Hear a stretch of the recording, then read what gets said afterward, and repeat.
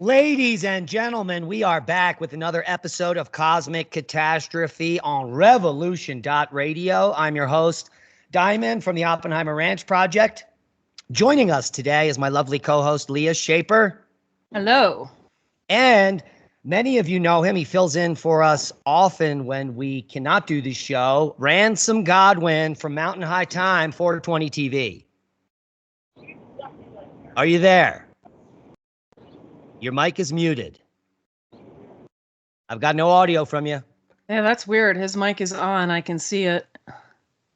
Yep, it says it's muted on my side, so try to figure that out. We got a great show while Ransom figures out his microphone. We're going to be talking about the consequences of a magnetic excursion. The first article that I'm going to pull up here says, well, let me read it for you directly. Could Doomsday come from a reversal of the magnetic poles? Now, do you got your, is your mic working? I think so. Yeah, There you're we back. go. Good to hear you. All right, so we're going to be discussing. Now, before we jump into some of the articles, we've been talking about this for years. We've done multiple shows on the topic. We've talked about we've hit it from every different angle. But let's talk about the humanitarian aspect here. This ongoing event that we're all living through right now, the reduction in field strength of the Earth, is a magnetic excursion. And therefore, it is the most consequential thing occurring right now on our planet to our species and to all of humanity.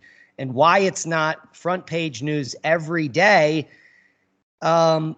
has everything to do with the control narrative of world governments and the fact that entire society panicking is not a really good way to run the Earth.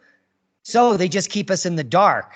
Now, what are your thoughts? First of all, do you guys agree with what I just said? A democracy is a political system in which the people periodically, by majority vote at the polls, select their rulers. No one the rulers then have absolute power to make whatever laws they please by majority vote among themselves. In a constitutional republic, the people also, by majority vote at the polls, select rulers who make laws by majority vote among themselves. But the rulers cannot make any laws they please because the Constitution severely restricts their lawmaking power. The ideal of a democracy is universal equality. The ideal of a constitutional republic is individual liberty. In scaring the crap out of the public. In this century, great strides have been made toward the goal of subverting our republic and transforming it into a democracy. With that, the foremost tactic of the subverters is subversion of language. Make them afraid and then cause by them calling to do America things. a democracy For something like a magnetic thoughtlessly reversal, accept and use the term, what are you going to do? Tell people to totalitarians change have their obscured the real meaning of personal American electric principles of charge? government. You can't really talk anybody into doing anything and thereby controlling them with this, so you might as well just not bother mentioning it. But if we pay more in carbon taxes, I'm sure they'll come up with a solution to save us. Right. Yeah, the big issue, and we've all alluded to it, is the fact that if they were to come clean and people were to scream this from the rooftops, that the society that we live in would come to a halt. People would stop going to their jobs and providing for their family, and they would focus on prepping for something that may be inevitable in their lifetime. And what I mean by that is this is not like the magnetic excursion. Even if it's a magnetic reversal, it doesn't happen in a day. It's over a period of time. It's much more rapid than we initially thought decades ago. These reversals, and we're going to get to the Lechamp specifically. We'll talk about the data there. Recently, they uncovered a kauri tree, an ancient type of tree that literally lived for the entire time span of the Lechamp magnetic excursion. And it shows that in the initial stages, the field dropped rapidly in just 240 years to 6% of the field strength currently. That would be devastating to all life on Earth, and we'll explain why in a bit. So the first 240 years was rapid down, and then it took about 600 years or a little less to come back. So the whole thing is less than 1,000 years. The largest magnetic excursion since the last reversal, basically, the Lechamp, which also coincided with the mass extinction. And that all happened within around 800 years. And the drop down was 240 years. And we have been dropping down for several hundred years. So, and it's increasing. So you do the maths. What are your thoughts? Not a linear development. So just by virtue of the fact that it's exponential, the rate of change of the magnetic field, that definitely puts us potentially into some trouble here. Mr. Godwin? I was just thinking, if it's been ongoing for a couple hundred years, we should be expecting the peak in the next couple hundred years, followed by another couple hundred years of that. You said about 800, I think I read also, right? That the entire thing happened, which is really fast, right? For as far as evolutionary terms, that's nothing. I mean, in reality, the Lechamp, the reversal part of the Lechamp lasted for about 800 years. But the decline in magnetic field, the rapid part was about 240 years. But to be fair, there was a long period of decline before that. Yeah, and that's what we have been experiencing, a long period of decline, probably for several hundred years. And around 1859, during the Carrington event, a geomagnetic jerk occurred on Earth due to the solar storm that was blasted at us, the largest solar storm in modern history. And then the field strength changed trajectory from slow depletion. At that flexure point, it began rapidly reducing at an exponential rate, as if it was falling off a logarithmic cliff. And if we extend the line forward, it culminates in zero field strength in sometime around 2045. That's not that far away. And if, in fact, we approach zero field strength, let's say in 2035, that's not a lot of time from now. That's 11 years from now. We could be in a Lechamp type excursion. And so what does that mean? What are the consequences? Well, until recently, most people poo-pooed it. They said there were no consequences. The reason why is they did a cursory review of ice core data. And when they looked at the ice core data, they didn't see anything environmentally catastrophic. The polar regions were still cold. All they found was a beryllium spike. So they're like, well, that could be anything. That could be a supernova. That could be a solar storm. Nothing impressive there. So they really didn't dwell on it. The problem is the biological effects are most severe equatorially and in the lower latitudes where everyone's living now. And we don't have any ice core data there. So the data set was limited until we started finding lake deposits that went through these excursions and uncovered the Kari tree that was perfectly preserved that during the Lechamp magnetic excursion. And we developed paleontological records which showed mass extinctions now corresponding to these reversals.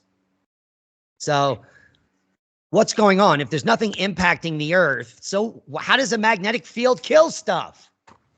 That's the big question.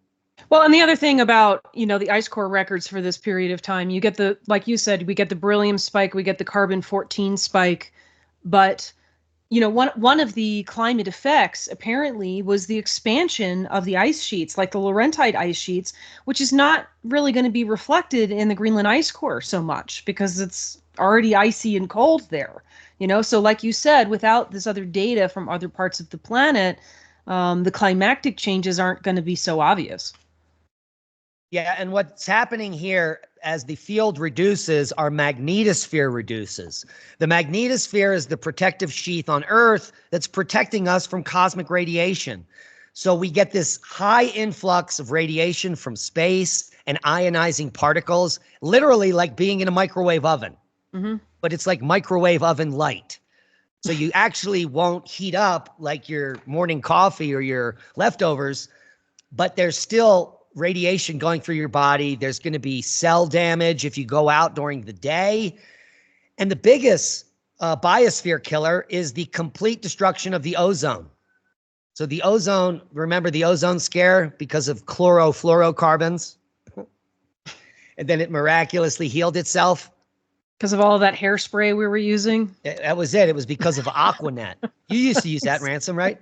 No, I never did that. But, this whole concept has put a lot of pieces together to me, and as far as anthropology, and I've been studying my own genetics, and when I look at the genes that I've carried over from Neanderthal, this whole thing makes complete sense. The whole idea of UV radiation burning down. So I'm thinking that Neanderthal was not the only light-skinned hominid running around. So he wasn't the only one that was having problems at this time, which might explain why there was a massive amount of movement, mixing, and all kinds of other things as a necessity. Yeah. Okay. I mean, I think we'll get into this later, but it's really interesting to me that not only do we have the extinction of the Neanderthals at 42,000 years ago, right at basically the high point of this reversal, but we also have anatomically modern humans moving into Europe shortly before that, and also. We'll talk about this later, but there's the ghost DNA species, which it appears that most of the interbreeding with that species was around 43,000 years ago. So it looks like there are these environmental changes that are happening that are causing hominids to move, and maybe also, losing some population is encouraging interbreeding as well. Diamond, you're muted. Yeah, well, I also think that these excursions coinciding with this influx of radiation is not only bad, but it's also good. Let's take, for instance, the Renaissance. The Renaissance was a time of low solar activity, high cosmic radiation, and people somehow became smarter. They wrote, what happened? We all went inside. It's cold out. There's not a lot to eat, and we all become brilliant composers, and we make Stradivarius violins. So there's some connection with cosmic radiation and smartness. Well, we also become amazing cave painters too. Yeah, and this is also happening at the same time of the largest spike in cosmic radiation. We get not only the first cave painting, we get the first intricate carving, the Lion Man. So something happened here. I don't think people just went in a cave and ate a bunch of mushrooms. Something physiologically was happening with hominids. And just like Ransom said, and you said, there was a huge orgy happening beginning around 4, as we were dipping into this excursion. All of a sudden, all of these hominid species started intermingling. Mm-hmm. What's going on? It could have to do with the fact that their populations were being reduced and they didn't have any other recourse, or something else was occurring.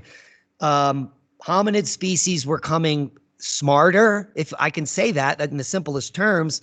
And they knew, we know that our best chance of survival is through breeding children. Mm-hmm. And the more diversity your genetics are, the better off your offspring is going to be, because they're going to have more traits that may be beneficial in a future environment. That's basically the explanation of evolution.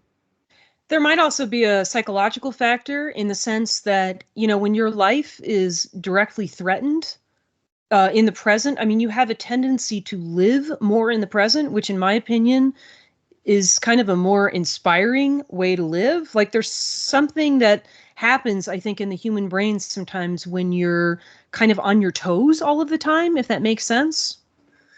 Well, yes. That's true. So at this time, what's happening is that the whole world is changing to these hominids.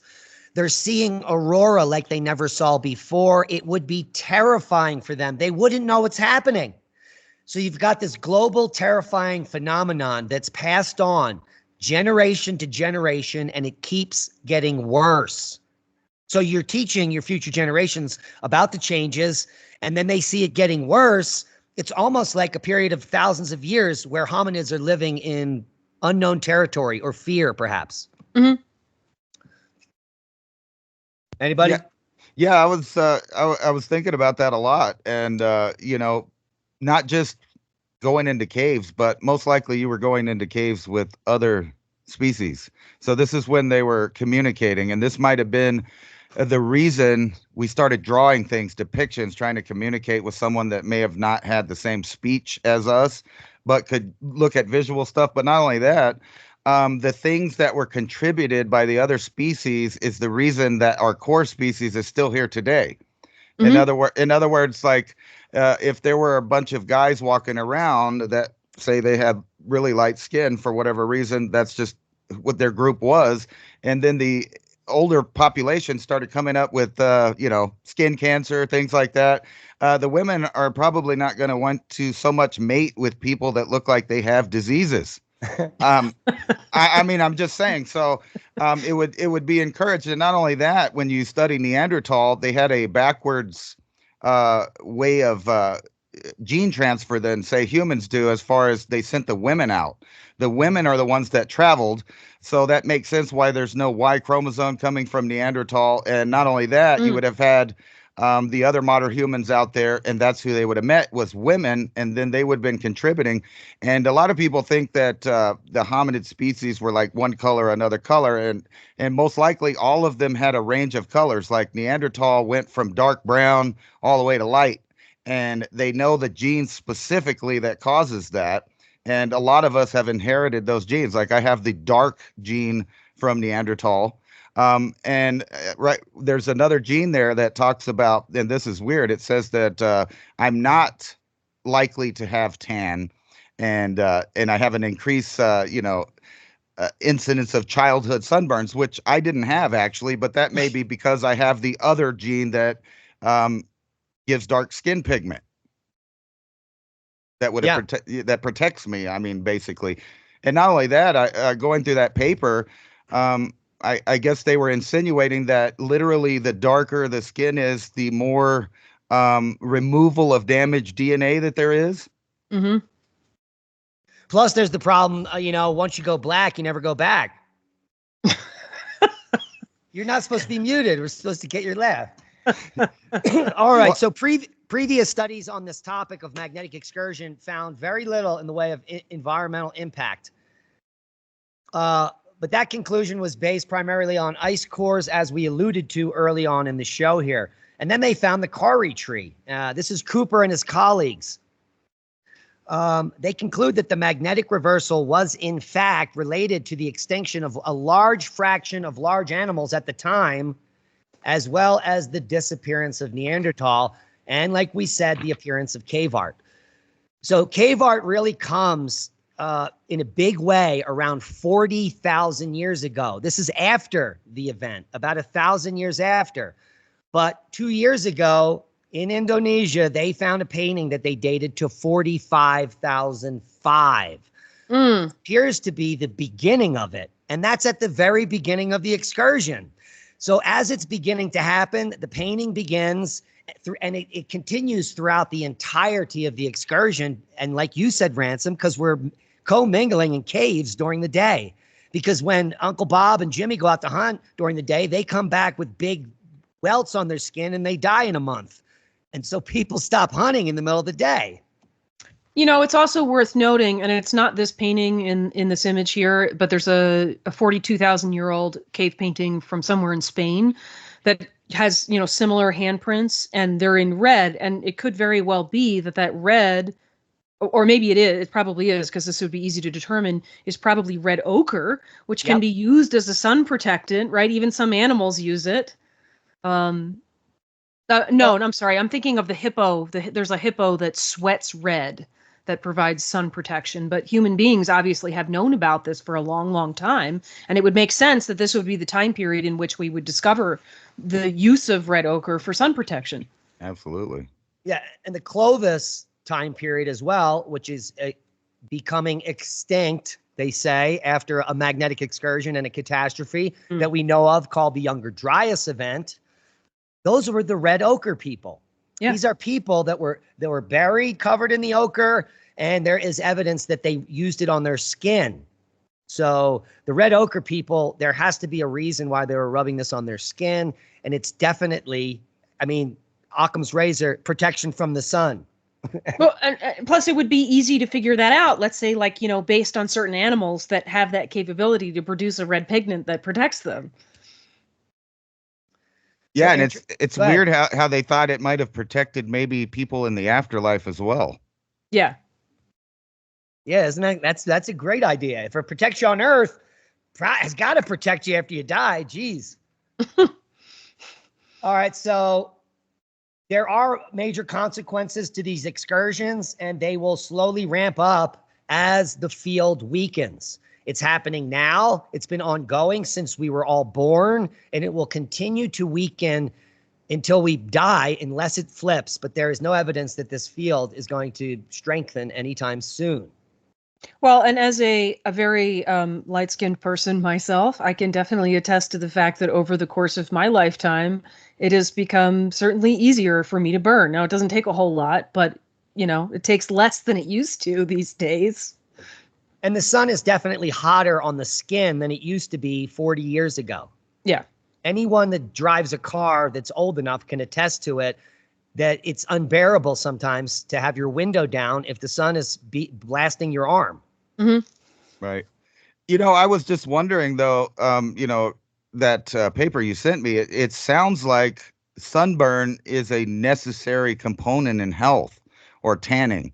Like, it gets into the removal of these damaged DNA. So it seems like periodically, no matter what tone you have, a sunburn might be a good idea if it's not extreme, just to kick in your immune system to get rid of these dead cells and damaged DNA strands. Yeah, no, that paper makes it clear that the processes going on for both tanning and sunburn are actually fairly similar to a degree, right? Provided that the sunburn isn't very extreme, but in both cases there's ups and downs to the tanning and the sunburn, right? It's kind of a mixed bag as far as the benefits and even damages. dark skin humans, they tan as well, even though it might not be noticeable. Yeah. So there is some kind of biological necessity, as Ransom said, to having exposure to the sun. And we know this from COVID. People that are out in the sun every day didn't get sick. People that are in the sun have vitamin K in their body and they're getting the correct amount of vitamin D. It brings your immune system into stasis, homeostasis, which means you're in perfect condition to fight off anything coming at you and you don't get sick. Mm-hmm. Which is exactly why the CDC and everyone else told us to stay inside, because they were trying to create a pandemic. Mm-hmm. I just got us demonetized. Look at that. You wouldn't want to have adequate levels of vitamin D, for God's sake. This actually insinuates a lot. Like, that paper that shows what Neanderthal genes I'm positive for. One of those is the night owl idea, that I'm predisposed to be awake at night, which if you think about that, and then you go back to this time period, that would have been essential. Not only tanning, being able to tan or turn brown, but people were staying up all night. Why were they doing that? I mean, and that's the genes that got passed down to us, were the beneficial ones. But also we got passed down the susceptibility to diseases that the other groups wouldn't have had. So it's like you said, it's a mixed bag. We got good things and bad things from these transitions of mixings. That's a funny way to think about it. During these excursions, the whole world starts working third shift. Mm-hmm. Yeah, right. And so we're sleeping during the day. So let's talk about the specificity of the Lechamp excursion. It took 240 years for the polar reversal to occur, with the magnetic field strength dropping to 6% of present-day strength during the transition, while the magnetic North Pole wandered south to New York and then west to Oregon. So the North Pole at this time went down to New York and then moved across the U.S. over to Oregon. Pretty bizarre. Then the pole zipped south to Antarctica, and this would have been a full Earth polar reversal, where it's a true reversal, but it snapped back, so it doesn't count. But it stayed in Antarctica. The North Pole was in Antarctica for 400 years. And as it was down there, the field strength came back a little, came back to 28% of full intensity, but the excursion was still ongoing. And instead of having a polar flip, the North Pole left Antarctica and zoomed back up into the Arctic. I thought the reversal was actually 800 years, but does that include the period of time where the pole is like in New York and Oregon? Yeah, that's the whole thing. Okay. I mean, because it's strange to me that we still call this an excursion, even though we had a polar reversal for 800 years. But I suppose it has something to do with the fact that it's actually moving around. And also 800 years in the span of geological time is really instantaneous. Right. What tends to happen with polar reversals is that the field stays that way for extended periods of time. Because this flips so quickly, it's not considered that. Right. Just a geomagnetic excursion. Right. Which means the poles could flip during this excursion for a period of time. Yeah. Well, not only that, they've done some reconstructions of the Lechamp. At the time when the North Pole is in New York and moves over to Oregon, there are multiple poles on Earth because the field is so weak. There are like multiple North Poles, different, very low energy norths and souths. And it would be chaotic for all animals that use the magnetic field for migratory and for feeding purposes. It would be a really strange Earth. Mm-hmm. That's exactly what I was going to ask you. It's like you're reading my mind. I was wondering if there's any papers associated with like sea life and other animals that decreased in populations at the same time, that are more animals that are based on magnetic migration, like whales, birds, etc. Do you think that, I mean, is there any evidence of that? Because you mentioned the tree, which is a good example of what's absolutely going on. But is there other, like papers out there about dwindling sea life or birds or things like that at this time? Is a question. I'm sorry. Well, there is a paper, and I'm pretty sure you know it, The Role of Geomagnetic Field Intensity in Late Quaternary Evolution of Humans and Large Mammals. And they show a whole grouping of large mammals, and their extinctions coincide with low field strengths. So things like mastodons, and that might have to do with their feeding patterns, or the fact that maybe the grasses where they're growing now are fried by the sun and they don't even grow there anymore. So they're simply starving. I don't know if it was so much exposure to the radiation, although the big mammals, they don't live in caves. They just stand in the middle of a field. So they're the most susceptible to mutations and actually dying from exposure. So that might be the main reason. Ocean creatures typically fare amazingly well during excursions because radiation does not penetrate through the ocean. And even when impacts happen on Earth, think about it. You could have these catastrophic winds and heat, not going to happen right under the ocean water. Well, I meant more like the instinctual magnetic migration of them, like beached whales and things like that, like where they traditionally go. You think that would have been in total havoc at during this period? Yeah, we should do a... Go ahead. It probably was. I mean, there's so many different ways in which an animal can be at risk in this environment, right? There's the direct radiation exposure and genetic damage. Then you've got the effect on migratory patterns, the animals that are reliant upon field strength in order to navigate and find their food. Then you've got, climatic changes that appear to be in the works here. I mean, there's so many different reasons why any particular animal could really drop population numbers. It may just be if assuming that the research isn't there, and I'm just assuming it's not there because we haven't found it. For some of these species, it may just be an issue of the amount of work that it would take. Let's say follow one particular species through this, finding enough fossils to really accumulate enough data to determine whether or not those animals were affected by low field strength. And what you can see here on this study in this green portion of the graph is the number of extinct species. And it slowly rises up to a peak, the peak here coinciding exactly with the Lechamp reversal at 41,500, and then it slowly ramps back down. So the extinction time frame is the entire reversal, the drop down and the recovery, which is interesting. But it's most extinctions happening right here at the lowest field strength, right here. Well, and then look too at like this dung fungi influx rate, right? The changes in that, even just of microorganisms always affect the entire food chain, right? So that's going to make a big difference too.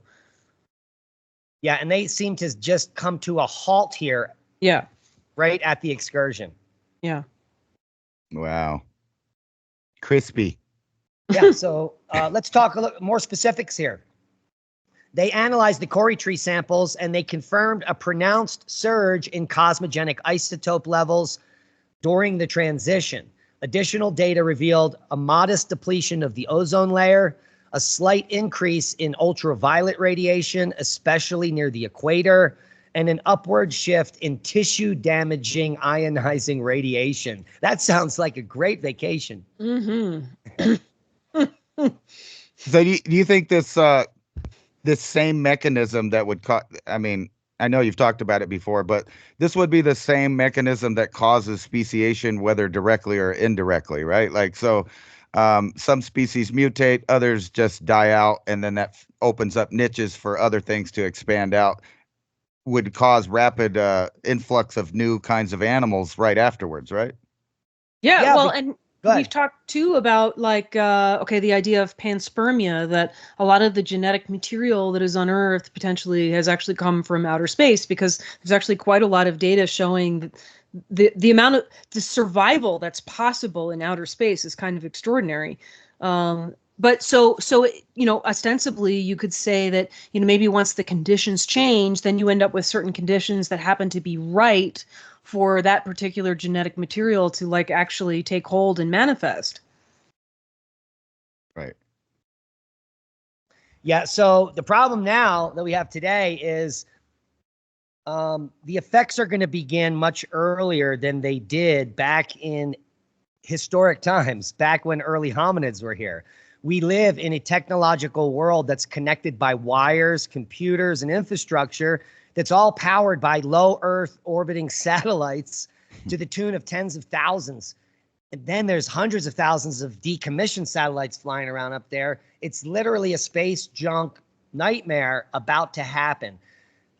Because as the field weakens, we're going to continue to have solar cycles, and we're going to continue to have solar storms. And the weaker the field, eventually the party that we call the modern world is going to come to an end. And that's another threat that we're not being told about. Right. Well, and not only that, it's all of that modern infrastructure that makes it possible for human beings to live in places on Earth that we otherwise wouldn't really live, right? So when that comes to a halt, that's another level of ridiculous, right? People who are living in Phoenix or something, I mean, it's just ridiculously hot down there. You wouldn't live there if you didn't have air conditioning. Well, that's going to come to an end. Right. I read somewhere, I think that this was the same paper, that during this time there was a lot more electrical activity, which in my mind means a lot more fires, which means a lot more migration also. And you think about that in modern terms, we see the devastation that happens anytime a lightning hits something, and then the whole area burns up, and then follow that by lots of floods. Like, I'm sure you guys were paying attention to the Ruidoso thing. Last night, they had mass evacuations again. They were telling everybody, forget your house, forget everything, just leave because it's going to flood. And that would have been happening back then also. So people would have been having to bug out and get away from areas, large amounts of fires, flooding. The whole thing would have just seems like a nightmare. And trying to imagine that scenario in today's world is like 10 times the nightmare. Yeah, the lightning issue is huge. So not only have we seen in our lifetime the frequency of lightning increasing, it's one of the predictions of what happens during these excursions. The lightning gets not only more frequent, but it gets higher charge. So there will be a point where lightning bolts are 10 times thicker and stronger than they are currently, and they'll be happening at a rate of 1,000 times more often. Wow. So another reason to live in caves. Yeah, and you would never go out in a thunderstorm. You would immediately explode from lightning, and people would be witnessing their friends exploding from these lightning bolts, and they would run to the cave and they'd stay there. Well, not to mention, I know you guys have seen an entire herd of an animal just dead from one little lightning bolt. You imagine coming across a field and everything's dead. That would make me want to move. I'm out of here. I'm sorry, man. Yeah, that just happened in Colorado, right? It was 20 or 30 cows and a farmer. Right. And that was one bolt. Right. Like every body is acting as a conductor, and that's it. Makes you want to get away from other people when you're in a thunderstorm too. My cave, get out. Get away from me. So let's stay on the same topic, but talk about it in a broader sense. Because a lot of people on the internets, because everything is true on the internets, a lot of people are claiming that these events are periodic, specific, in a very specific way. They happen every 6,000, 12,000 years, like a clock. Now, we do have a clock cycle. It's called the Great Year, and it describes the precession of the equinoxes, which may or may not be the wobbling of the Earth around 26,000 years. It's my supposition that we are moving in a Birkeland current, and we go in one circle every 26,000 years, which would be the precession of the equinoxes, and that the pole of the Earth is fixed. It's not wobbling. It's only wobbling in the minds of people that believe in gravity and accretion, and all that gobbledygook is nonsense, because the Earth and every planet would eventually get sucked into the sun, and that doesn't happen. Our orbit is constant and specific. And so it's more like an electron in an orbital of an atom. That's our solar system, rather than this stupid accretionary. It doesn't work. The standard model of what they're telling us doesn't work. And you can prove it because in order for us to have gotten to the moon, the initial calculation was close enough to get there, but they had to recalculate the trajectory every hour, or we would have missed it by 1,000,000 miles, all the way up to the last few seconds of landing on the moon. They had to constantly recalculate the trajectory because we really don't understand what's going on in our solar system. Mm-hmm. That's why they're trying to put a clock up there on the moon. Yeah. And so this paper just came out from the Russian Journal of Earth Sciences, and it uses advanced math, unfortunately. They use multipole moments. So we'll leave you links to this paper if you want to try to understand the math they're using. But the whole point I want to get to here is that they have a different data set of the field strength that I've never seen before. And this is from observations. And so the Russians have a field strength data set here. The key we want to look at is the red, and that would be the field strength data. And you can see the line here, 2, that's the Lechamp magnetic excursion, which is the highest peak in red, corresponding to the weakest field strength in the last 100,000 years. Mm-hmm. Is everybody following me? Yes. So I have a question. There's only 2 major low dips on there. One is at before that excursion, and the other one seems to be right now, right? Is 0 now? Yeah. We're going back into an excursion now. Okay. That's what it looked like. And right. And so there was something also going on. Look at this, Leah. This is like the bowling alley rod. Yeah. Yeah. And then this, so this is the bowling alley rod and the Younger Dryas event. Yep. And 60,000 years ago, we do have that excursion.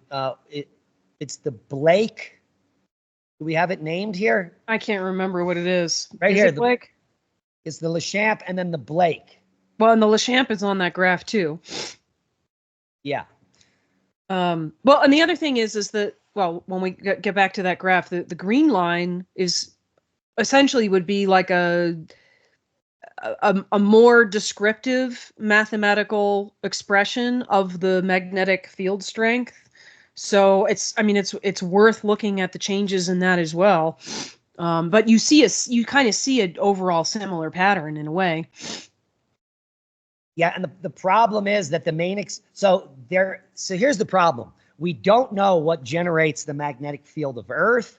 Right. And when you start writing these papers about what's happening and you don't know what's happening, that makes 0 sense. Well, how do you come up with the conclusion if you don't even know what's generating the magnetic field?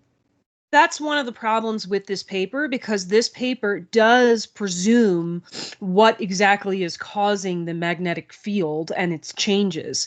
But at the same time, it's literally just using a mathematical expression of the field strength to show when reversals would happen, so it almost doesn't matter. You can kind of just discount their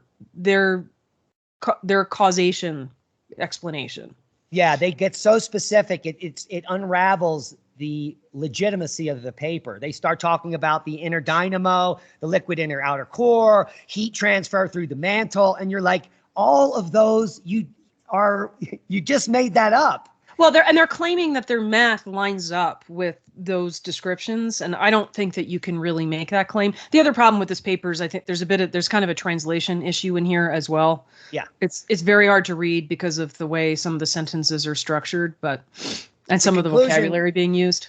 The conclusion I wanted to show is that what they found based on observations and running it through their multipole expansion models shows that the period of oscillation in the magnetic field can vary from 8 to 10,000 years all the way to 20 to 30,000 years, which means there is no 12,000 year cycle. There is no 6,000 year cycle. And any graph that we look at that shows the magnetic field strength proves that there is no recurring cycle of magnetic excursions. Would everyone here agree? Yeah, it's too random to be a cycle. Yeah. Well, but what it is exactly what I studied in college in stratigraphy. What we're looking at is a nested hierarchy of cycles. So there are multiple things affecting the field strength, and we don't know what they are, but they're probably related to the core of our Earth. They're probably related to the magnetic field because it's shifting. And geez, I wonder if they have something to do with that giant plasma ball in the sky. Right. I mean, there may be a pattern, but it may be that the pattern is so large on the time scale that it's very hard for us to see. Because one of the things that paper brings to light is that, like you were talking about, there's nested cycles, but there's kind of nested cycles in the magnetic field. They talk about the dipole, the quadrupole, the octopole. Yep. But what they're saying is that when in each of those, when you hit the minimum, and the minimums of those dipole, quadrupole, octopole, when those coincide, that is when a reversal happens. So there could be a pattern. It could just be way too large for us to see, or it may actually be completely random, and it's certainly not 12,000 years. Your thoughts, Ransom? I was just wondering why kind of they base these papers still on the old model of what the core of the Earth might, like what they thought it was, when we have new scans that show that it's not even that shape at all, and that there's massive irregular shape in the core of the Earth. How could that, why would they still use the old model? Well, the massive irregular shapes are in the mantle. There are low velocity zones in the mantle. We still have a solid inner core and a liquid outer core, but it's not there. The liquid outer core isn't a perfect concentric circle. Simon, the output of your mic dropped suddenly. Maybe you could just move closer to your mic. It's hard to hear you. Are you talking to me? Yes. My mic is. The volume went low. Okay, yeah, that's better. Yeah. Okay, so there is no pure mantle. We've got these low velocity zones that are emanating from the outer core that come all the way up towards the crust. And so it's not these perfect concentric rings like you alluded to, Ransom. It's something much different. But we do have something that appears to be solid in the inner core, spinning in a liquid outer core. And so that they still stick with that model. But what if the solid inner core is something more like a plasmoid, like a sun, that's being powered through the Birkeland currents that enter in the poles that produce the aurora? I mean, these are giant electric currents. When giant electric currents meet, they form a Z-pinch, and that would be happening in the center of our Earth, like a mini sun, the same thing as the sun, only in the center of the Earth. Mm-hmm. And why not? Because we have postulated that there may be a progression of sun to, dwarf or gas giant, and then ultimately to a planet. So why shouldn't the structure of those things be similar? I mean, this is all just speculation, but that's what we do. So essentially you're saying that basically all of the celestial objects are just at different time points in their life. They're the right, same like thing. they're all in different phases of evolution, right? Well, I don't know if it's definitely chronological. It's just different electrical states. So the whole supposition would be, let's say the Birkeland current didn't like our sun anymore, or it double coupled with Uranus, and Uranus turned on. We would then have two suns. If we had two suns, then all the planets would have to move into their new orbital shell. And this may be what happened. Saturn might have been much brighter recently, and we would have been in different orbital shells, and Saturn might have turned off, and then all of a sudden, all the planets rush by each other to get into their new current position that we're sitting in today. Kind of like the realignment, like of magnetic flakes, whenever you change the magnet. Exactly. And that the whole story of Velikovsky's story would coincide with the story we just told. Or the better analogy might be even like if you just think about the chemistry of a compound being formed, of the atoms of two different elements coming together, and then as a result you have this whole shift in the electron structure. Makes sense to me. All right, we've got 9 minutes to wrap up the show. Wow, that was fast. I think we've covered a lot. When you look at the last 300,000 years here, we can see that in the last 45,000 years, we've had 3 officially named excursions. This one is officially named MD01-2444, followed by the Mono Lake and the Lechamp. And those are not on any regular periodicity.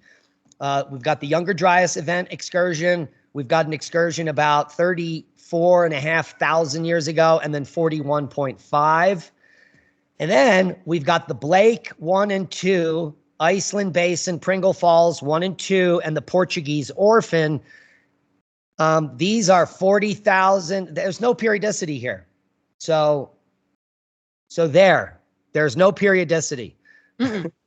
All right. I mean, do you have the paper about the Lechamp excursion handy? Which one? The global environmental crisis 42,000 years ago? No? Okay, never mind. I was just going to ask you to pull it up because there's a really nice graph of... Nope. Okay. Is it linked here? Is there a link I can get it from? Yes, there is. Scroll down a little bit. Peer reviewed? Published. Click on published, yeah. There it is. Awesome. So the figure, which figure is this? Figure 1. Yeah, this one. This is just awesome for this because, oh no, I'm sorry, it's not figure 1. It is figure 4. Okay. So this shows where we have anatomically modern humans arriving in Europe, right around 43,000 years ago. We've got the cave art that's picking up.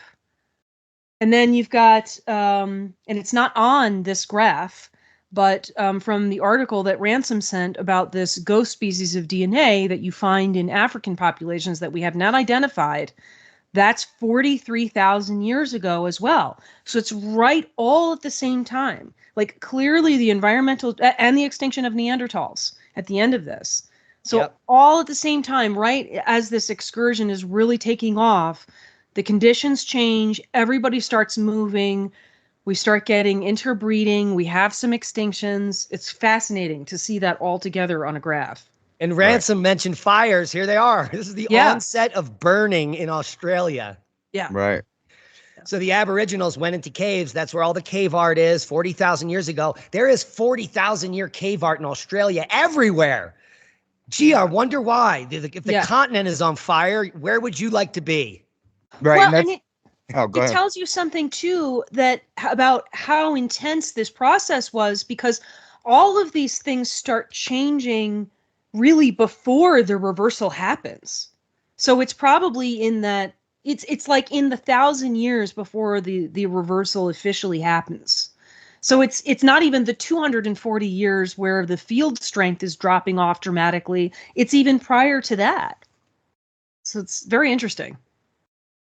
Yeah, it seems like hominids were forced to critically think about what was going on because it didn't make sense for so long.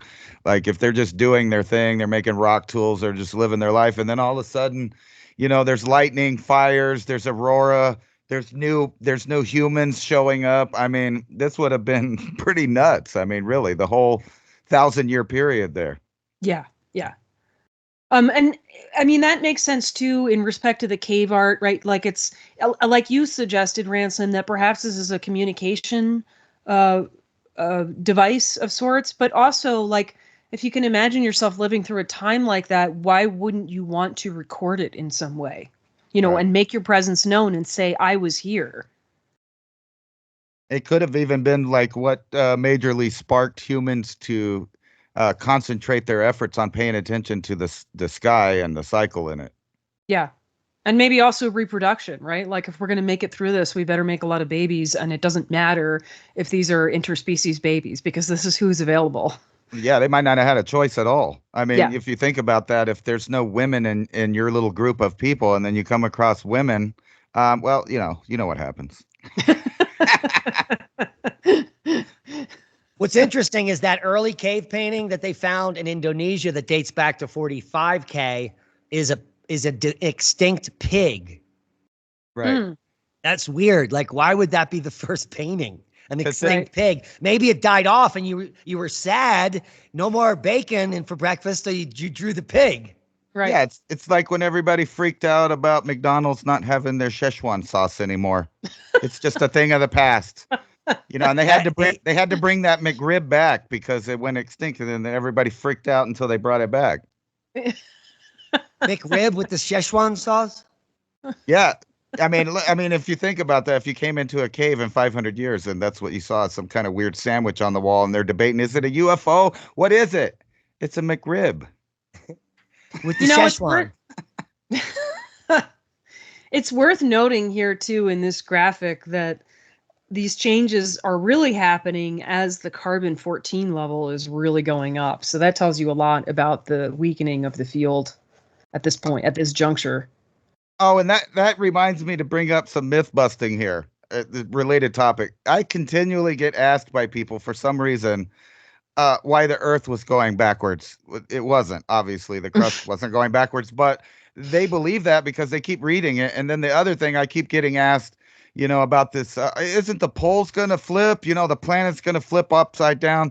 And I keep telling them, dude, that's flat Earth, man. And there's members all over the globe for that idea, but that doesn't make any sense. And then right, because you're in space, right? Like everything's just relative. There's no actual like up and down. Also, it's not a physical pole flip. It's a magnetic pole flip. Exactly. So, and then the third one was part of the article you sent me down at the bottom. And I sent that back to you. They're worried about the carbon increasing. We got to get rid of the carbon to save us from this magnetic pole reversal.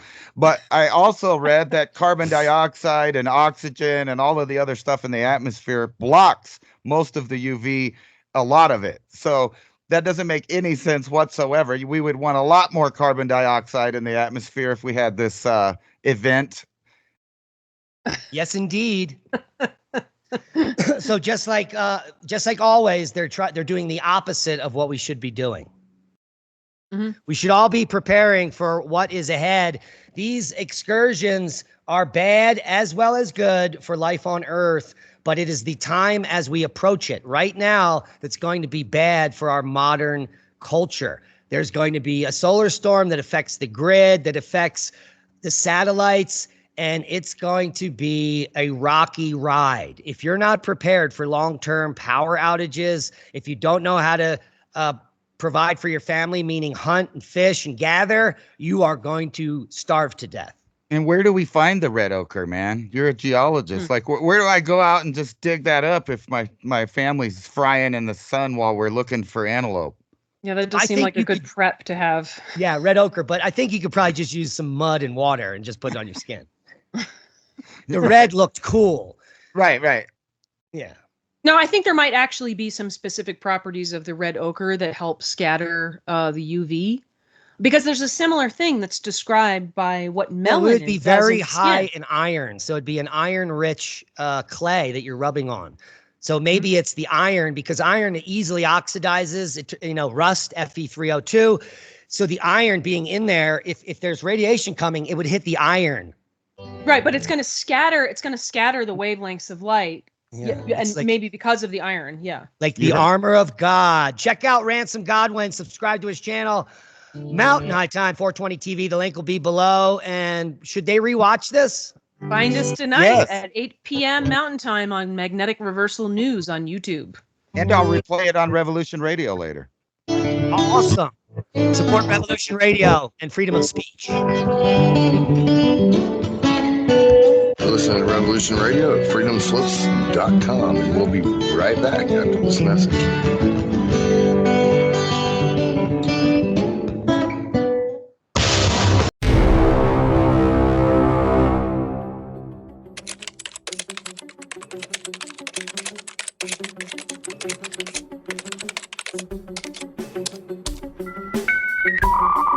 Mountain High Time, 2 hours of an organization to the madness, discussing the ever-changing dynamics of being both physically and mentally prepared for a plethora of possible outcomes to our future and present.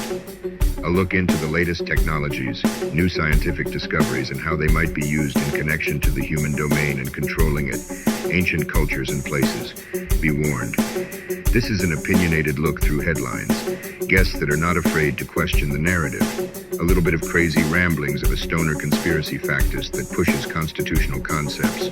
The place and the time are the same, another dimension we call Mountain High Time. Saturdays 8 p.m. Eastern Time, 6 p.m. Mountain High Time, right here on Revolution.Radio, where information never sleeps and truth breaks the spell. A constitutional republic, not a democracy. The ideal of a democracy is universal equality. The ideal of a constitutional republic is individual liberty. A democracy always degenerates into dictatorship, which promises government-guaranteed equality and security, but it delivers nothing but poverty and serfdom for the people it robs and rules. America was founded as a constitutional republic to safeguard the liberties of the people against the tyranny of democracy or of one-man dictatorship. In this century, great strides have been made toward the goal of subverting our republic into a democracy. The foremost tactic of the subverters is subversion of language. By calling America a democracy until people thoughtlessly accept and use the term, the totalitarians have obscured the real meaning of our principles of government.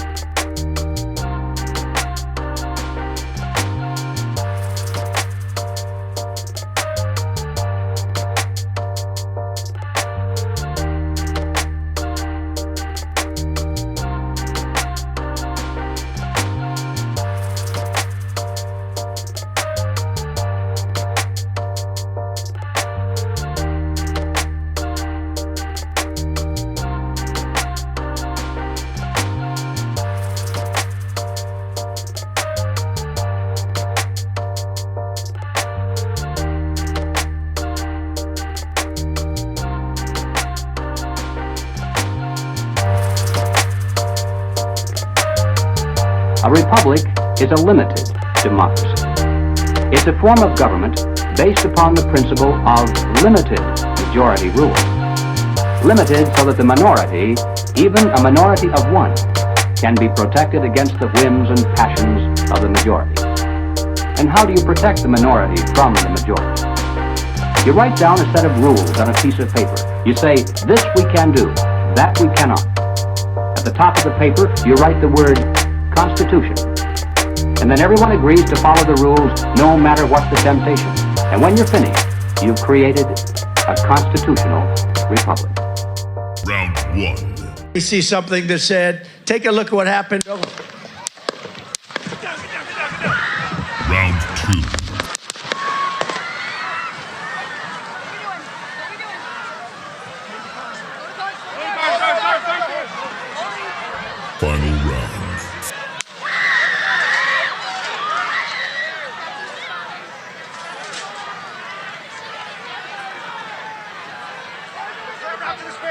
Move to spare. Hold. When you're ready. On you. Ready.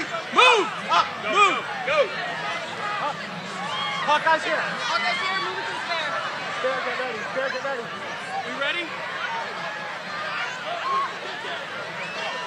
Down. Shooters down. Are we good? Shooters down. Are we good to move? Shooters down. We're good to move. We're clear. We're clear. We're clear. Let's move. We're clear.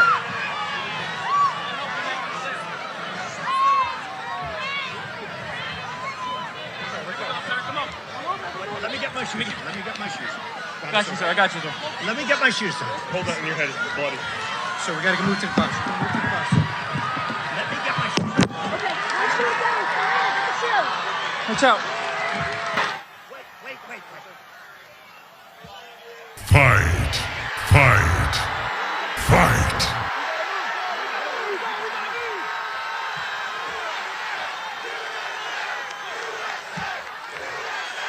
And watch and listen to the rally, right? We couldn't see them, but we could hear them. So we walked up, and probably 5 to 7 minutes of Trump speaking. I'm estimating here. I have no idea, But we noticed a guy crawling, bear crawling up the roof of the building beside us, 50 feet away from us. So we're standing there, we're pointing at the guy crawling up the roof. And he had a gun, right? He had a rifle. A rifle. We could clearly see him with a rifle. Absolutely. We're pointing at him. The police are down there running around on the ground. We're like, hey, man, there's a guy on the roof with a rifle. And the police were like, huh, what? Like they didn't know what was going on. We're like, hey, right here on the roof. We can see him from right here. We see him. He's crawling. And next thing you know, I'm thinking to myself, why is Trump still speaking? Why have they not pulled him off the stage? I'm standing there pointing at him for, 2-3 minutes. Secret Service is looking at us from the top of the barn. I'm pointing at that roof, just standing there like this. And next thing you know, 5 shots ring out. So you're certain that the shots came from that guy on the roof? 100%.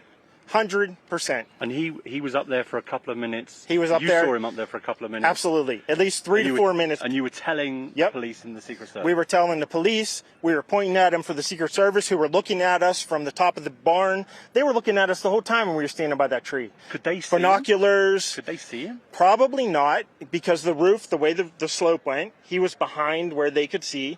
But why is there not Secret Service on all of these roofs here? This is not a big place. Did you see, obviously everyone, when the shooting started, everyone was very panicked. Did you see what happened to him at all? Oh, yeah, they blew his head off. Okay, sorry. Secret Service blew his head off. Okay, just be careful because we don't quite know who's watching, but you're pretty sure they shot the guy? Absolutely, 100%. Okay. Yep. You saw that happen? Yep. Okay. Yep. And did you see them go up to him afterwards, or? They crawled up on the roof. They had their guns pointed at him, make sure he was dead. He was dead, and that was it. It was over. Washington announced plans to station developmental hypersonic weapons in Europe, and Germany's defense minister announced plans to deploy U.S. long-range missiles to target Russia. The weapons deployed in Germany will include the Tomahawk cruise missile, which has an effective range of 2,400 kilometers and can strike Moscow. Moscow's deputy foreign minister said, "Without nerves, without emotions, we will develop, first of all, a military response to this new game." The German government is attempting to reintroduce a military draft to make Germany war-ready by 2025. With zero evidence, they make the radical claim that Russia is planning to invade Europe, but it was NATO forces that overthrew the government of Ukraine in 2014. It was NATO forces that were operating bioweapons labs around the Russian border. And it was NATO forces that sabotaged the Nord Stream 2 pipeline. So far, Russia's actions have shown calculated restraint. They understand that NATO is trying to provoke a major response, and eventually, NATO actions will demand one.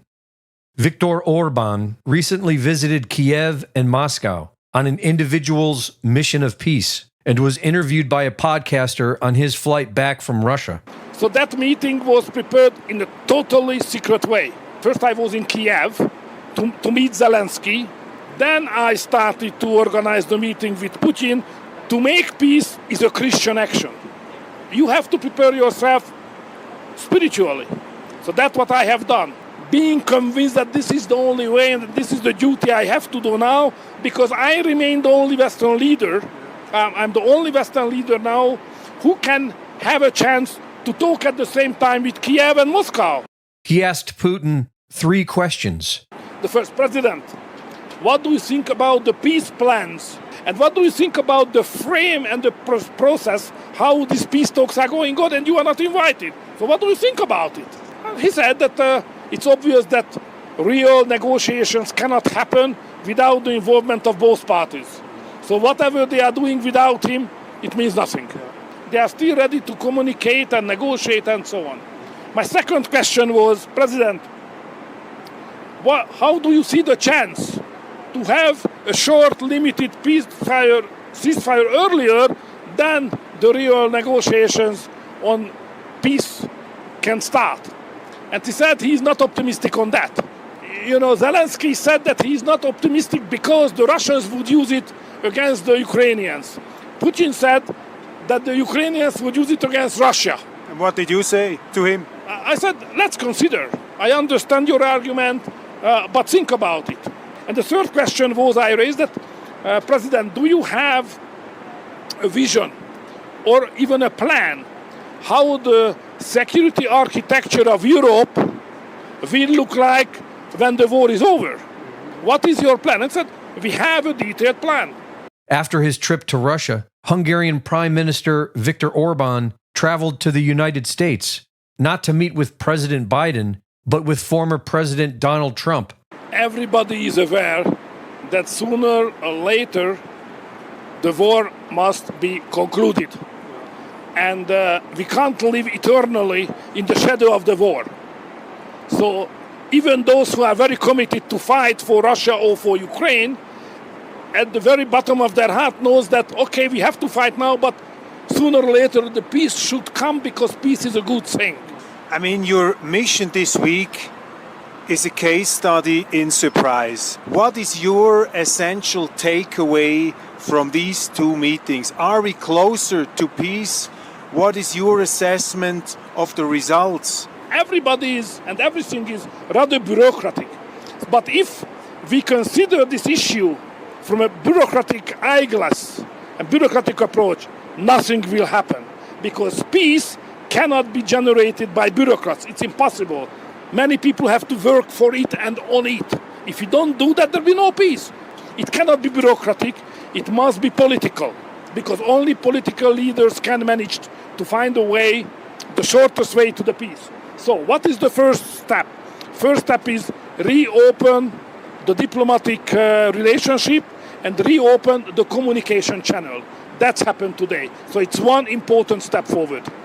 This is Greg Reese. According to a CNN report, Thomas Crooks purchased a 5-foot ladder on his way to the rally and was able to somehow carry this ladder along with his rifle to a building with a direct line of sight to Trump's podium. A building that was occupied by heavily armed police. Tonight, ABC News has learned that heavily armed local police were stationed inside that building and missed Thomas Crooks climbing up the outside of the building to the roof. With rifle in hand, Crooks used this ladder to climb the building and was spotted on the rooftop 30 minutes before he opened fire. He was photographed by police and reported 25 minutes before the shooting. He was even confronted while on the roof before the shooting. A local police officer climbed up the roof and confronted Brooks moments before the shooting. The officer grabbed hold of the edge of the building, pulled himself up to be able to look, and according to what he's told me, shooter turned, rifle was pointed at the officer. The officer, defensive move, kind of ducked, fell, lost his grip on the building. Bystanders began pointing out Crooks to police a full 2 minutes before he opened fire. Look, they're all pointing. The Atlantic, maybe the Pacific. Yeah, someone's on top of the roof. Look. There he is right there. Right there, see him? He's laying down, see him? Yeah, he's laying down. The defensive sniper detail was looking directly at him a full 40 seconds before he opened fire and allowed him to fire a few shots before taking him out. The first shot fired grazed Trump's right ear as he turned his head towards the shooter. Had he not turned his head, he would have been murdered on live television. We call that DRT, which means dead right there.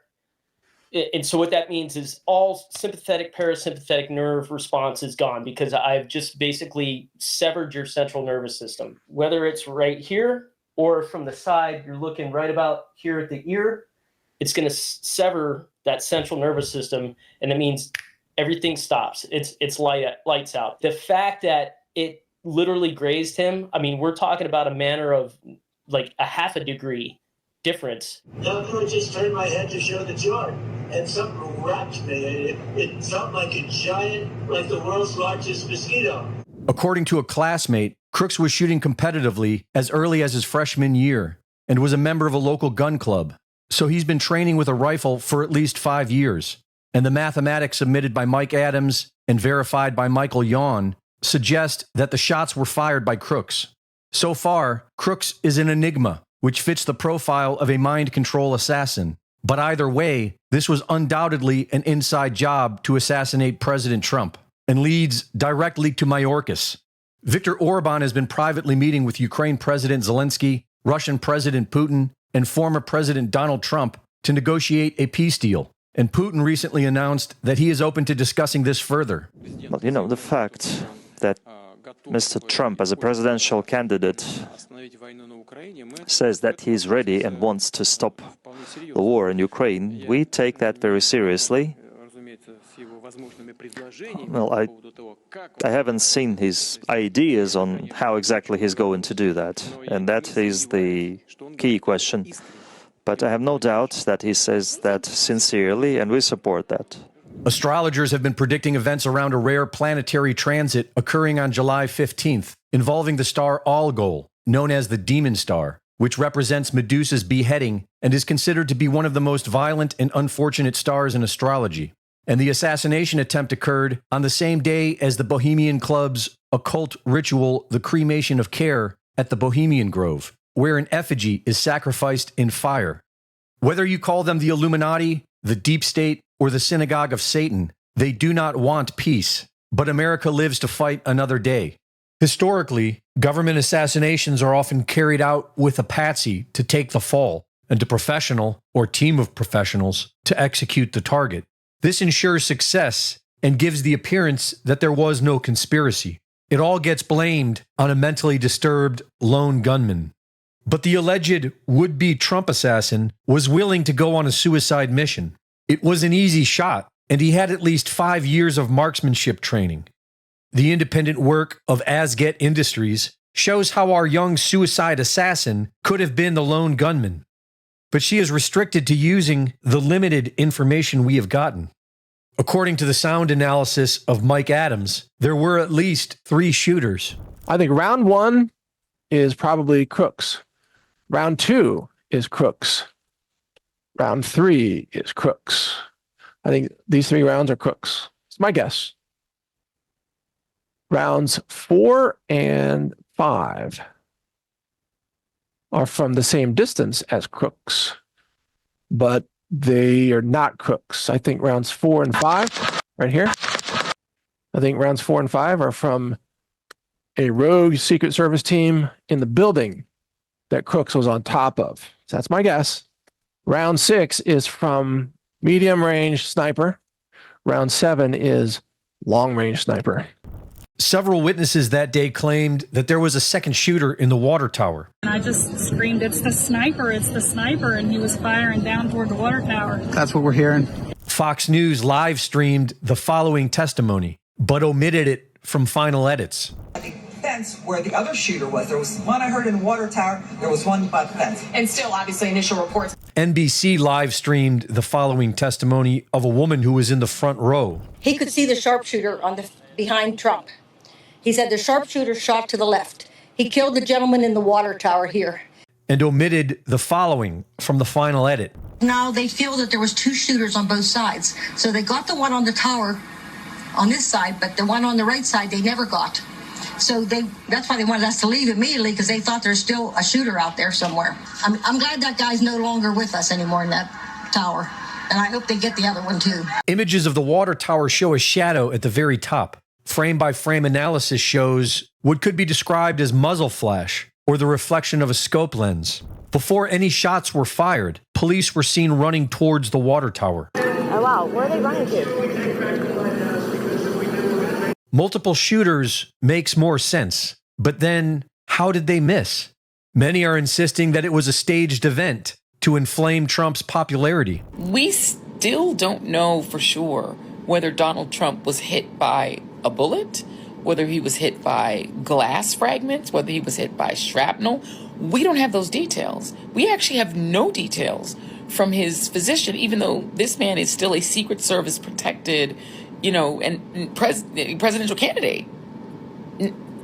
We know almost nothing. Why? Why don't we know that much? We don't know why, for 9 full seconds, Donald Trump was allowed to stand back up during an active shooter situation, even though they, at that point, had said the shooter was down. How would they have known if there were more shooters or not? Nobody knew. That there could have been 5 shooters for all they knew. Yet they allowed him to stand up in the middle of that, crisis and pose for a photo and fist pump the air so he could get the iconic photo. And then they allowed him to stand up again outside of the SUV instead of just shoving him into the SUV. That seems really unusual. What is the actual injury to Donald Trump's ear that's under that bandage? Shouldn't we know that by now? If it was fake, it was a flawless performance. And if it was authentic, it was not only sloppy, it was a millimeter away from chaos.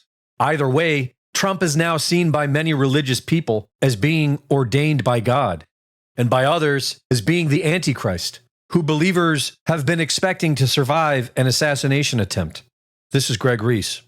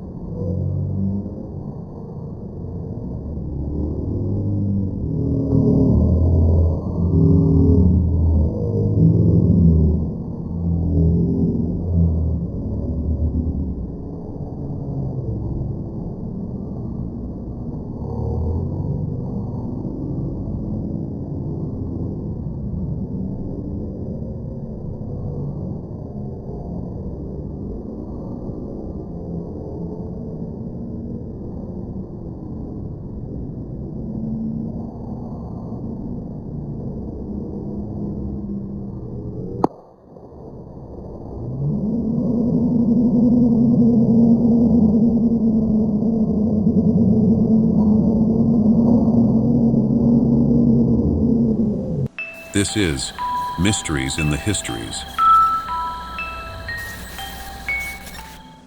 A mysterious manuscript, roughly 250-page book written in an entirely unknown language and writing system.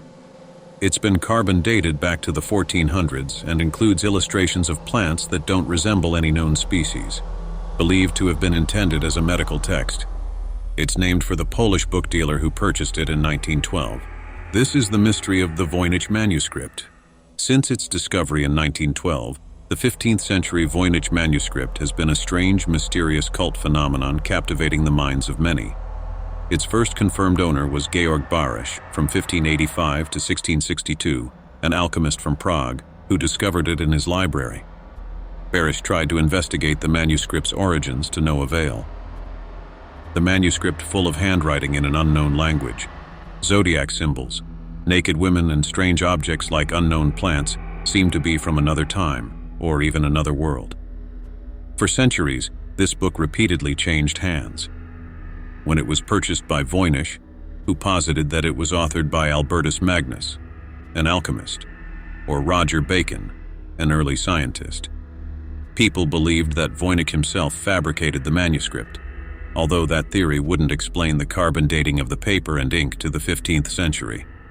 The book itself bears no indication of its authors, about 6 inches by 9 inches and around 232 pages decorated, not unlike others in the illuminated age. Wrapped in vellum, with vellum pages, the manuscript features 116 folded folios bound in 18 bundles. The binding of the book is old and busted, though it is not original to the text. Many of the pages are fold-outs, some are missing. Inside the tome are innumerable lines of looping text, inked in iron gall in a medium typical of the Middle Ages, scribbled in a strange, unfamiliar language and a strange, unfamiliar script, incomprehensible, causing Voynich to conclude that the tome was written in code. Alongside the text, unknown if important or decorative, there is an abundance of illustrations and pictorial art. Composed of inks and pigments in tones and color palettes common to the 1400s, these illustrations seem to split the manuscript into 4 separate sections, including sections about botany, astronomy and astrology, balneology, the science of the therapeutic use of baths, and pharmacology, as well as a 5th and final section, with blocks of text separated by stars. The first and largest section of the manuscript is the botany section that contains detailed drawings of plants as if from another world or a lost continent, plants no one can identify and no one has ever seen before. The astronomy and astrology section has illustrations of the stars, the sun and the moon alongside several zodiac signs. Immersed in strange, shared baths, female figures frolic through the pages of the text's balneological section, while the pharmaceutical section is filled with what appears to be medicinal plants, indicated by the inclusion of medicinal bottles throughout this fantastical illustration. Like Voynich, many modern scholars suspect that the manuscript's text is a ciphered form of a familiar language, with their theories of the tome's latent linguistics flitting from Latin to Nahuatl, the language of the Aztecs and Toltecs of Mexico. Others say that the text is an artificial language or strange shorthand, and others still see the text as meaningless scribbles. The theories of the tome are, thus, all over the place, with no one opinion snagging widespread support. The Voynich manuscript continues to mystify medievalists and confuse cryptologists centuries after its supposed creation. It remains as impenetrable and inexplicable as ever. But is this truly one of the mysteries in the histories? A book on female maintenance? Maybe.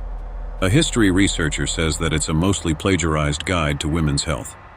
Gibbs writes in the Times literary supplement that he was commissioned by a television network to analyze the Voynich manuscript. Because the manuscript has been entirely digitized by Yale's Beinecke Library, he could see tiny details in each page and pore over them at his leisure. His experience with medieval Latin and familiarity with ancient medical guides allowed him to uncover the first clues. After looking at the so-called code for a while, Gibbs realized he was seeing a common form of medieval Latin abbreviations, often used in medical treatises about herbs.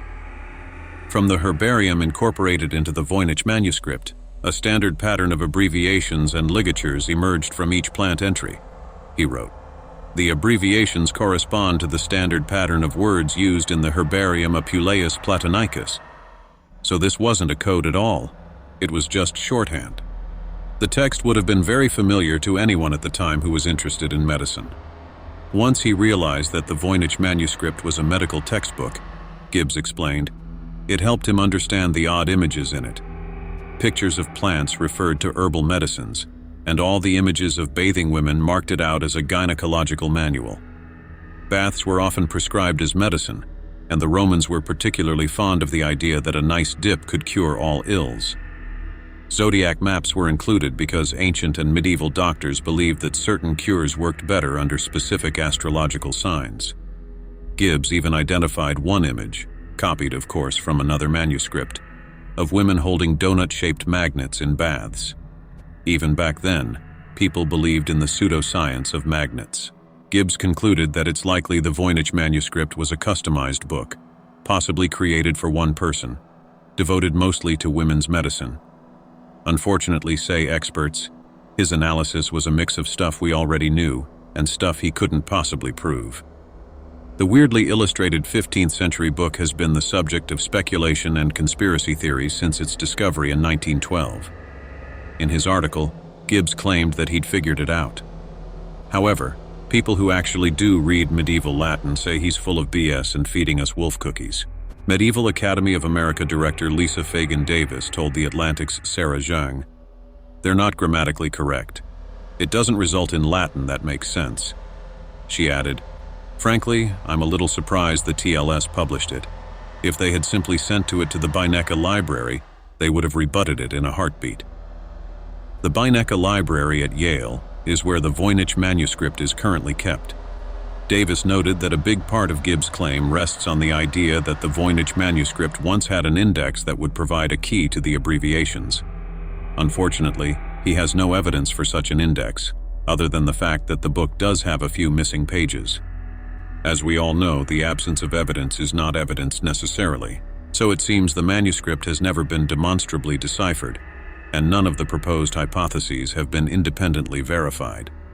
The mystery of its meaning and origin has excited speculation and provoked study. This manuscript from the Middle Ages has not been deciphered in 400 years, and modern AI models cannot understand it either. So as of now, the Voynich manuscript has not been cracked and remains one of the great mysteries in the histories.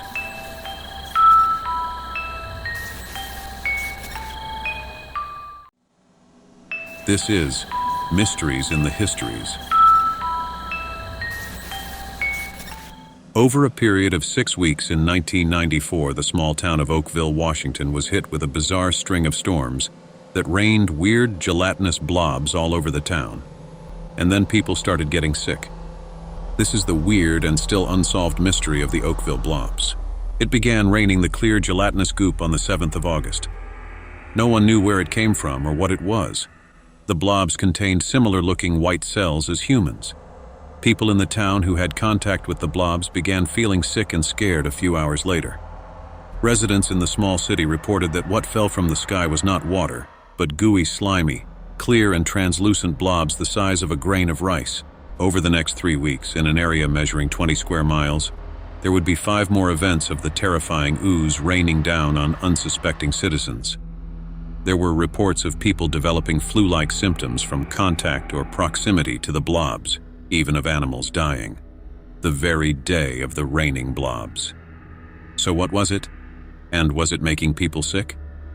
A sample of the Oakville blobs was sent to the Hazardous Material Unit at the Department of Ecology of Washington State.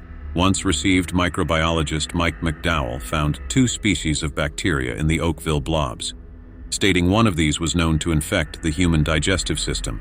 But scientist Mike Osweiler of the Washington State Department said they found a number of cells of various sizes and 2 types of bacteria in the blobs, but were unable to identify them. They did, however, note that the cells did not have nuclei. This was significant because it refuted a previous claims that the blobs contained human-like white blood cells, which do have nuclei. So what were the Oakville blobs? One theory is that it was jellyfish or parts of jellyfish dispersed into rain clouds by bombing runs carried out by the Air Force. Another theory, fluid waste from an airplane toilet, but the U.S. Federal Aviation Administration pointed out that this would have been blue, not translucent. Still another theory is that of an example of panspermia, an event dropping the unknown cells down upon the Earth. Panspermia is the hypothesis that life exists throughout the universe, distributed by space dust, meteoroids, asteroids, comets, and maybe even clouds of raining blobs perhaps. What if it was fluid waste from a UFO or UAP toilet? Just think about that for a minute. Ever since the 14th century, there have been reports of a substance very similar to the blobs in Oakville being found elsewhere, called star jelly, astral jelly, or astromixin, named after the legend that it falls from the sky during meteor showers. What if the blobs never rained in the first place, that they emerged from a more earthly plane?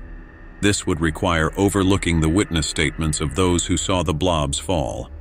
But it has been a theory. All the original uncollected blobs have long disappeared, and there are no known remaining samples of the Oakville blobs, including at the Washington Department of Health.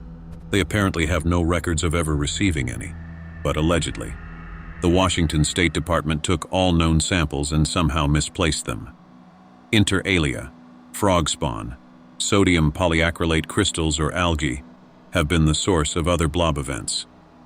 However, there are many unexplained instances of the raining goop, including in 2013 when slime was found at the Ham Wall Nature Reserve in Somerset, England.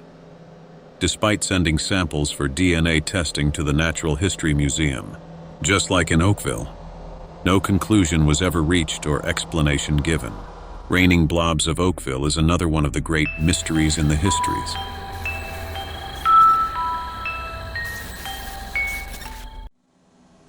This is Mysteries in the Histories. On January 23, 1959, 10 hikers set out for a winter hiking and camping trip through Russia's Ural Mountains. One of their group had turned back after several days for medical reasons, but the other 9 continued along with their trip. The 9 hikers' bodies were later found mutilated in complete disarray, radioactive and dead. Most were students or graduates of Ural Polytechnical Institute. The goal of the 14-day expedition was to reach Otorten, a mountain 12 miles north of the site of the incident. This route at that season was estimated as Category 3, the most difficult. All members were experienced in long ski tours and mountain expeditions. However, when the bodies were found, 5 students appeared to have died from hypothermia. The remaining 4 hikers had even more inexplicable injuries. One had a fractured skull, another had a twisted neck. 2 were missing their eyes, and one of the bodies with no eyes was also missing her tongue.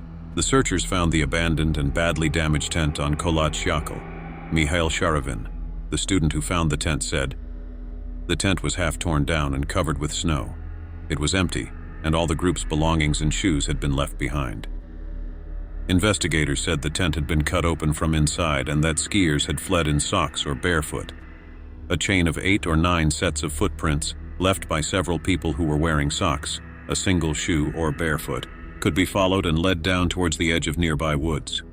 At the forest edge, under a large old cedar, the search party found the remains of a fire, along with the first 2 bodies, those of Yuri Krivoshenko and Yuri Doroshenko, shoeless and dressed only in their underwear. The branches on the tree were broken up to 5 meters high. The medical examiner recorded livor mortis on the back, but Krivoshenko was found facing up. This indicated that someone had moved them after their death. On February 27th, between the cedar and the tent, the searchers found Igor Dyatlov and Zenaida Kolmogorova, and 6 days later on March 5th, Rustam Slobodin. The 3 seemed to have died in poses suggesting that they were attempting to return to the tent. A medical examination found no injuries which might have led to their deaths, and it was concluded that they had died of hypothermia. Slobodin had a small crack in his skull, but it was not thought to be a fatal wound. A legal inquest started immediately after finding the first 5 bodies. Searching for the remaining 4 hikers took more than 2 months. They were finally found on May 5th under 4 meters of snow in a ravine 50 meters farther into the woods from the cedar tree.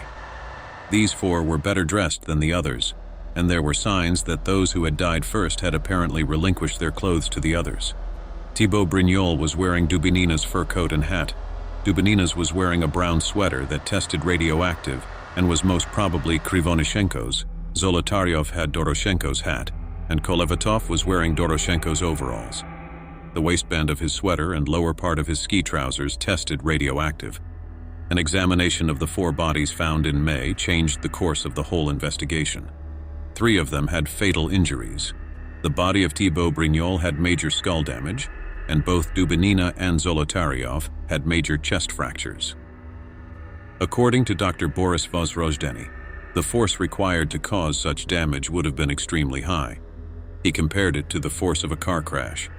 Notably, the bodies had no external wounds, as if they were crippled by a high level of pressure. Dubinina was found to be missing her tongue.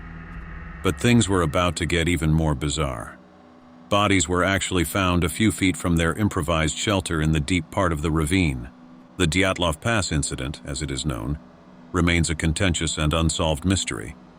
Theories ranging from secret weapons, an attack by Yetis, a UFO encounter, and there's even a theory regarding geometry of the mountain combining with wind to produce infrasound in sufficiently high levels to induce panic and hysteria. But what really happened? Seemingly something terrified these skiers so much they fled from their campsite. What it was, no one knows. But something possibly violent happened, some say supernatural or out of this world. The Dyatlov Pass incident is still one of the great mysteries in the histories. This is the story of the worst road trip ever. In April of 1846, a man named James Fraser Reed, an Illinois businessman, eager to build a greater fortune in the rich land of California, leads 9 covered wagons out of Springfield, Illinois, on the 2,500-mile journey to California, in what would become one of the greatest tragedies in the history of westward migration. Reed found others seeking to find fortune, adventure, and new beginnings on this perilous trek across the West. Among them was the Donner family. Others like the Graves, Breens, Murphys, Eddies, McCutcheons, Kesebergs, and the Wolfingers would come too. The successful Reed was determined his family would not suffer on the long journey, as his wagon was an extravagant 2-story with a built-in iron stove, spring-cushioned seats, and bunks for sleeping, and 2 hired servants to help with the workload. Reed's 12-year-old Virginia dubbed it the Pioneer Palace Car. Also in the group were the families of George and Jacob Donner. George Donner was a successful 62-year-old farmer who had migrated 5 times before settling in Springfield, Illinois, along with his brother Jacob. Obviously adventurous, the brothers decided to make one last trip to California. At the bottom of Jacob Donner's saddlebag was a copy of Lansford Hastings's Emigrant's Guide, with its tantalizing talk of a faster route to the Garden of the Earth. It's tough, but the going's good. Tamsin Donner writes in her journal, "I could never have believed we could have traveled so far with so little difficulty. Indeed, if we do not experience anything worse, I shall say the trouble is all in getting started, but as leader of the wagon train, Tamsin's husband George Donner is aware there's one final obstacle to their journey, the Sierra Nevada, with peaks up to 14,000 feet. It's known if you fail to clear the mountain passes before the first snow falls, the repercussions and results can be both horrifying and deadly. As the Donner party approaches Utah, George Donner makes a pivotal flaw in his decision to splinter off from the main party. Hastings Cutoff says it's a fine level road with plenty of water and grass, saving 400 miles. As it turns out, Donner's information is wrong. In fact, the so-called shortcut adds at least 100 miles to the journey. High in the Sierra Nevada, the Donner party enters the Truckee Pass. They're only 30 miles from the California plains, but supplies are dangerously low, and traveling through the mountains is taking its toll, ending in a broken axle. The Donner party stops to make repairs, but that night, 5 feet of snow falls.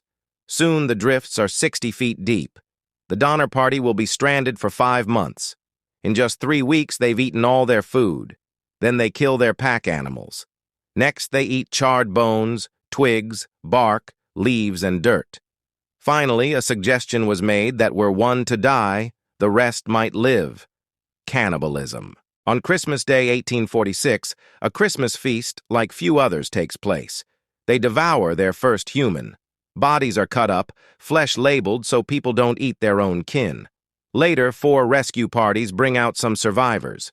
The very last finds a man named Ludwig alone.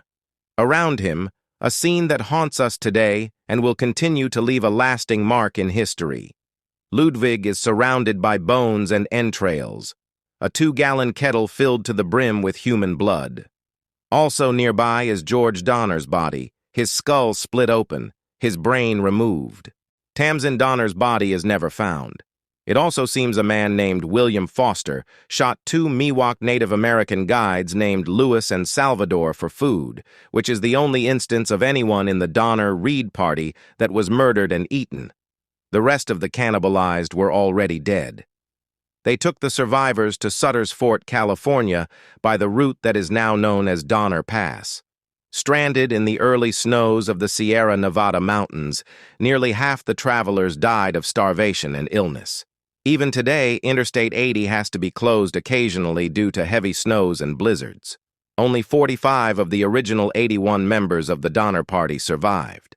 This truly was the worst road trip ever. Just under 1,500 years ago, something terrifying happened to the world's climate, something nobody could understand. The sun began to go dark. Rain, the color of blood, poured from the skies. Clouds of fine dust enveloped the earth. Winter gripped the land for 2 years. Then came drought, famine, plague, and death. Whole cities were wiped out. Civilizations crumbled, and nobody knew what had happened. It was a catastrophe that affected millions and millions of people all around the world. But what was it? A catastrophic climatic event buried in the heart of the Dark Ages. This mid-6th century catastrophe was the most important date in the history of the past 2,000 years. This event created the world we live in today, something far removed from the minds of everyday peoples of our modern times. Unbeknownst to most, the catastrophe could at any time happen again. The volcanic winter was caused by at least 3 simultaneous eruptions of uncertain origin, with several possible locations proposed in various continents. There is even evidence of an extraterrestrial factor. A possible origin for this object could be the Taurid meteor stream. This stream is the result of the fragmentation of a much larger comet some 20,000 years ago. The Earth passes through the Taurid stream in November and June each year, resulting in regular meteor showers normally consisting of microscopic dust particles. A fragmentation of the stream is thought to have occurred around 500. It is possible that a fragment could then have collided with the Earth as it passed through the beta portion of the stream early in 536, causing the atmospheric dust veil event. The relevance is crop failures for several years in a row. While the dust veil was present, it may have caused widespread starvation, leading to an increased susceptibility to disease among the remaining population. Small comets had previously been thought to be less hazardous than small asteroids, but estimates show that a small comet fragment can have a global effect. In early AD 536, or possibly even late 535, an eruption or eruptions ejected massive amounts of sulfate aerosols into the atmosphere. The solar radiation reaching the Earth's surface reduced dramatically, and this rapidly cooled the atmosphere. Despite what the global warming nuts say, the sun seems to be the main driver of temperature and climate. The main historical aspect of the period around 536 may also be the most significant, especially to those descendants of the survivors. Who would be us today? This period coincides with a mass population decrease in Europe, in the Americas, the Middle East, and in Asia. In Europe, this is commonly known as the Justinian period, named after the Justinian plague, and is believed to be the first appearance of the Black Death in Europe. Meanwhile, in the Mayan Empire, things were looking bad. Researchers have realized that there is a 100-year gap in the civilization's productivity starting in 540, suggesting a dark age. The civilization experienced mass crop failure, which led to disease, starvation, and likely internal strife. People evacuated cities in and around present-day El Salvador. Cities that were left behind experienced a dark age, as evidenced by a gap in written records and a sudden decrease in construction in Maya city centers during the 6th century. In China, 536 was no better. frost and snow in July and August that killed the seedling crop, causing a major famine the following autumn. Weather was so severe that 70 to 80% of the people starved to death. Procopius. The sun gave forth its light without brightness, like the moon, during this whole year, and it seemed exceedingly like the sun in eclipse. The sun was dark, and its darkness lasted for 18 months. Each day it shone for about 4 hours, and still this light was only a feeble shadow. Michael the Syrian. If such an event happened today, and crops failed over a significant part of the globe for several consecutive years, then once again a large percentage of the world's population would face starvation. Imagine, if you will, a glimpse into the possible outcome of a million mistakes. What you are about to watch is a nightmare. It is not meant to be prophetic. It need not happen. It's the fervent and urgent prayer of all men of goodwill that it never shall happen. But in this place, in this moment, it does happen. In the midst of it comes unexpectedly over the phone the announcement of the President of the United States, the warning from the very top declaring a state of emergency of suspected enemy missiles approaching. It's anyone's guess where they might land. What city will be obliterated? How many could be lost? And last but not least, will it be me? Will it be my family, friends, my square inch on the map? Minutes go by and nothing. Right as you exhale a breath of relief, an instant wave of horror treks down your spine and a sinking feeling in the pits of your stomach. Just then the power goes out. The only light you see is the glow of your phone. Shining in your face, the icons of terror. Low battery, and even more frightening, the symbol for connection to information and loved ones gone. You try the landline in your office, desperate to contact family. Nothing at all, just a bone-chilling empty silence. Panic-stricken, you blindly forage for your car keys. Success. Something in this nightmare of a day has gone right.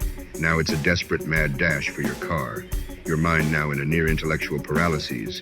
Logic a struggle as you cope with a Gatling gun barrage of horrific ideas of what your family might be going through in this very moment.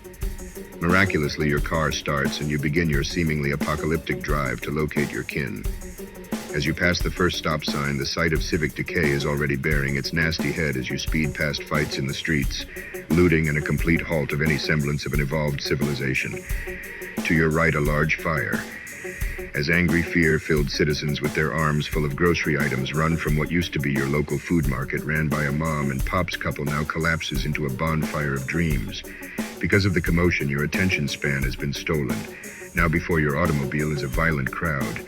They have now surrounded your car, banging on the metal, bashing at the glass, screaming incoherently. What just a second ago was the road to salvation, now a deadly trap of circumstance and fear blocking your escape. This can't be happening, repeatedly echoing in your head as you start to mumble the phrase in a shrieking, inaudible, childlike tone to yourself. The trepidation now filling your lungs like a poison fog, suffocating and smothering in its certainty. Just then, as your heart and soul seem to be having synergistic perturbations, an alarm blares, overwhelming your senses. Immediately, you recall the warning of missiles. You close your eyes and expect the end. But the alarm morphs into a sweet, familiar beckoning of your alarm clock. You open your eyes and switch off the welcoming timepiece. A warm filling of relief as you realize your family is safe in their beds, and no pending doom is written in the stars today. For a split second, you ponder the poor people of your vision, and it reinforces your confidence that you have already prepared for the any scenario. You have peace of mind your children will eat and thrive, because you invested in their future to give some stability if any break in the normality of life happens. You invested in heaven's harvest. The you in this story was a fictional you. But do you get the feeling something unthinkable is going to happen soon? I sure do. The problem is we probably won't see it coming. One morning you'll wake up and the world will be a much different place. Don't panic, prepare. Smart folks are investing in emergency food now.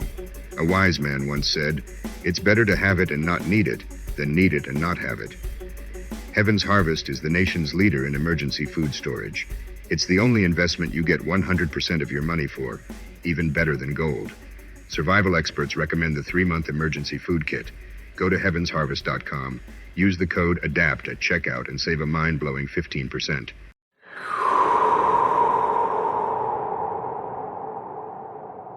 That's very dirty.